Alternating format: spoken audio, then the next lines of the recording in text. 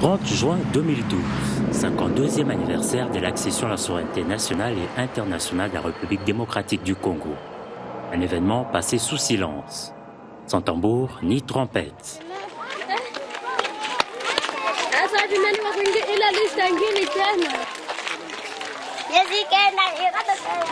La raison, le pays est une nouvelle fois victime d'une agression à sa partie orientale. Les agresseurs sont des rebelles dits du mouvement du 23 mars, anciens du CNDP. Des troupes qui, d'après Kinshasa, mais aussi d'après des rapports de l'ONU, bénéficient des soutiens des autorités rwandaises. Et face à cette énième agression, le mot d'ordre donné est la mobilisation générale. Notre pays traverse de moments difficiles. Une fois de plus, une guerre injuste nous est imposée. Tout a été dit sur cette guerre d'agression de la part du Rwanda.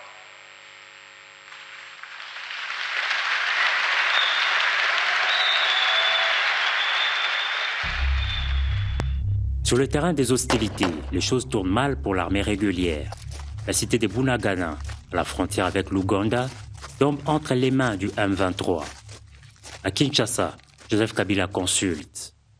Il reçoit le groupe dit consultatif, regroupant 85 personnalités issues des différentes couches de la population. Face à cette situation grave, il était normal que le président de la République, garant de l'intégrité territoriale et internationale, puisse consulter toutes les couches de la population, tant au niveau des institutions, au niveau des confessions religieuses, des chefs coutumiers et de la société civile. Et cela rentre dans la droite ligne de l'agir du président de la République depuis janvier 2001, à savoir la coparticipation de tous lorsqu'il est question d'un intérêt majeur de la République, en l'occurrence une guerre d'agression. 3 axes sont clairement définis pour mettre fin à ces cycles de violence.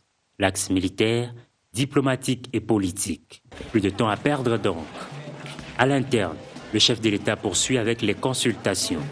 Députés nationaux, sénateurs, presse, confessions religieuses, tous sont reçus par Joseph Kabila.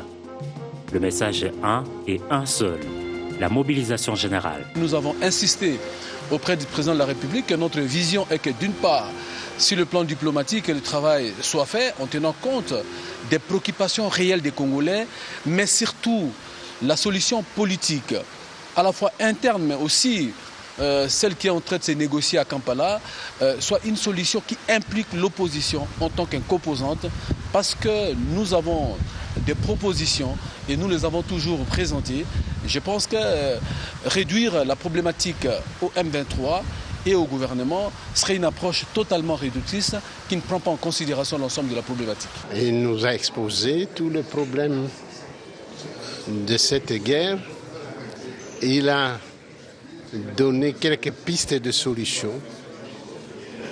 Il a souhaité qu'il y ait une cohésion nationale autour de cette question et que les élus puissent s'impliquer dans le cadre de diplomatie parlementaire. C'est ce que nous allons faire. Il est vraiment important de noter que la presse a un rôle très important. C'est la presse qui relaye le message d'amour, c'est la presse qui peut aussi relayer le message de haine. Et là, il a appelé à la responsabilité de la presse de pouvoir faire son travail. Donc il est effectivement question d'être réaliste, que notre Congo est attaqué et en danger et qu'il faut le sauver et chacun avec l'arme qu'il a. Les jours passent, les événements se précipitent. 20 novembre 2012, la ville de Goma se réveille sous des crépitements de balles. Les mutins font leur entrée dans le chef-lieu du Nord Kivu et s'emparent de la ville. Le monde bouge et les réactions fusent de partout.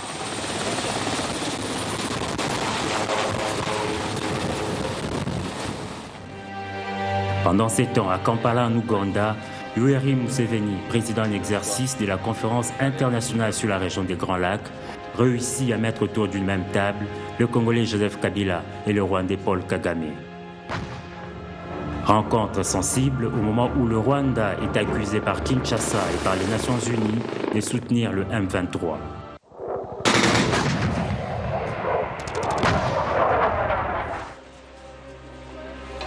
Bien, maman? Ndio papa. Habari. La menace est sérieuse et le chef de l'État en est conscient. Lors de son discours sur l'état de la nation en décembre 2012, Joseph Kabila annonce alors la tenue des assises nationales. Au sortir de cette guerre, par les décisions que nous prendrons et les réformes que nous poursuivrons, par l'unité de volonté et d'action dont notre peuple fera la démonstration, que notre message aux ennemis de notre pays soit clair et sans équivoque. Toute nouvelle tentative d'agression sera suicidaire. Pour y parvenir, la cohésion nationale est plus que nécessaire. Elle requiert de nous que nous oublions nos divergences pour nous retrouver autour de ce qui nous est le plus cher à tous, le Congo.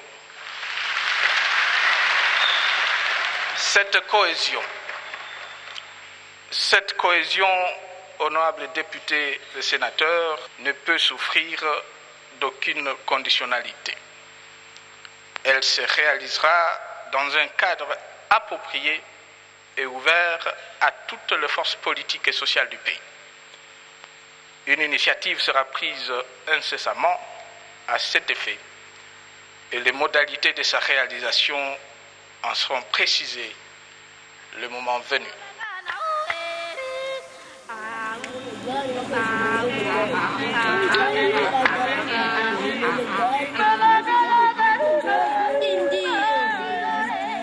Infatigable, Joseph Kabila est visible sur tout le front où l'on parle de la situation sécuritaire dans l'est de la RDC. À Addis Abeba, en Éthiopie, un accord cadre est signé au mois de février 2013.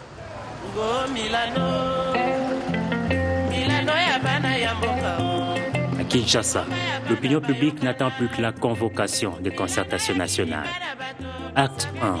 Le président de l'Assemblée nationale entame une série de consultations avec la classe politique congolaise et la société civile dans le but de recueillir les avis des uns et des autres sur l'organisation des concertations annoncées par le chef de l'État. Mais l'impatience envahit toujours une frange de la classe politique qui ne croit plus à la tenue de ces forums. Le rideau sera levé le 27 juin 2013 avec l'ordonnance du chef de l'État convoquant des assises dites concertation nationale avec comme objet, je cite, la réunion de toutes les couches sociopolitiques de la nation dans le but de réfléchir, d'échanger et de débattre en toute liberté et sans contrainte. Fin de citation.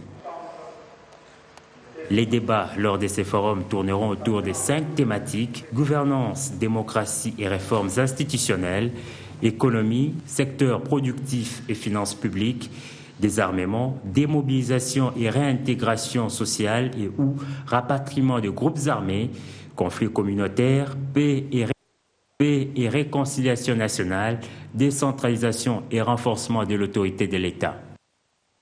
La direction de cette réunion est confiée à un présidium composé des présidents de 2 chambres du Parlement. Le 18 août, Aubin Minaku et Léon Kengo Adondo mettent en place un secrétariat technique composé de 18 personnalités avec pour mission de faciliter le travail du présidium. Le souci du caractère inclusif de ces concertations oblige les présidiums à mettre en place un groupe de contacts. Cette structure, composée des représentants de toutes les couches sociopolitiques du pays, a pour mission d'enrichir les règlements intérieurs du forum et les thématiques. Au bout de 5 jours, ce groupe transmet son rapport au présidium. La voie est donc balisée pour la tenue de la rencontre tant attendue. Le 7 septembre, jour du rendez-vous, environ 700 concertateurs étaient présents pour réfléchir, échanger et débattre en vue de renforcer et consolider la cohésion nationale.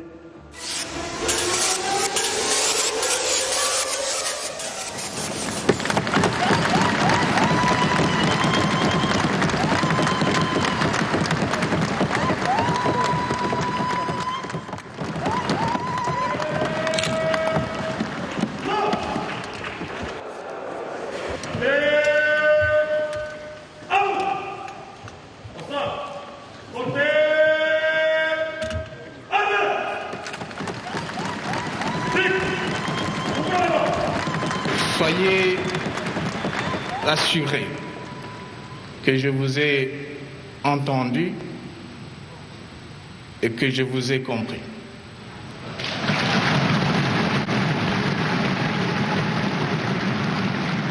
Cela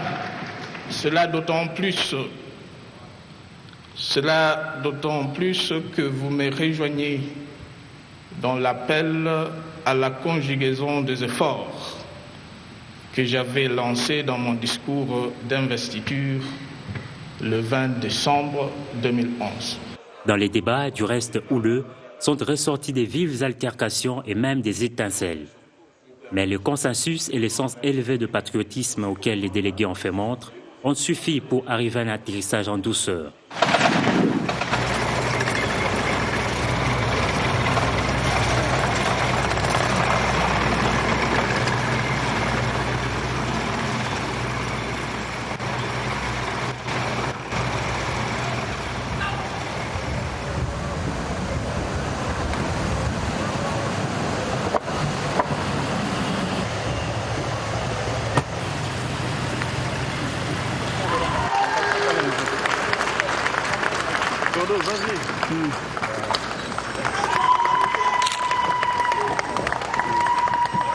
Le gouvernement n'a cessé et ne cessera d'accorder une chance au dialogue comme voie de résolution de cette crise.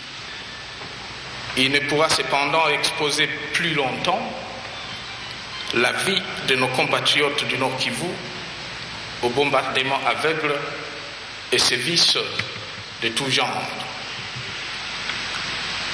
Comme l'aventure des insurgés précités, le projet funeste du démembrement organisé de notre pays dans lequel elle s'inscrit est inévitablement voué à l'échec.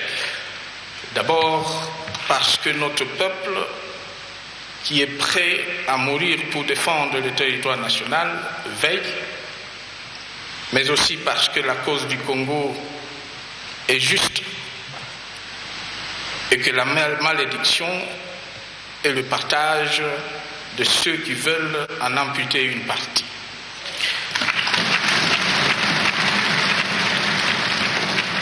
J'ai souscrit sans réserve et affirme que ce groupe, quel qu'il soit, n'a d'autre choix que de déposer les armes et se rendre ou d'y être contraint par la force.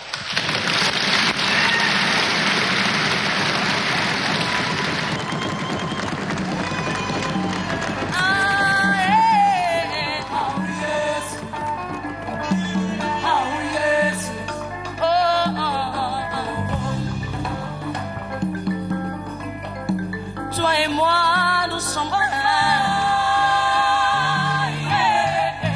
notre avenir est commun. Si ensemble on s'en sort, cette nation connaîtra son essor. Yakae, tokomalisa pasika pona mboko yo. Mabele na viso.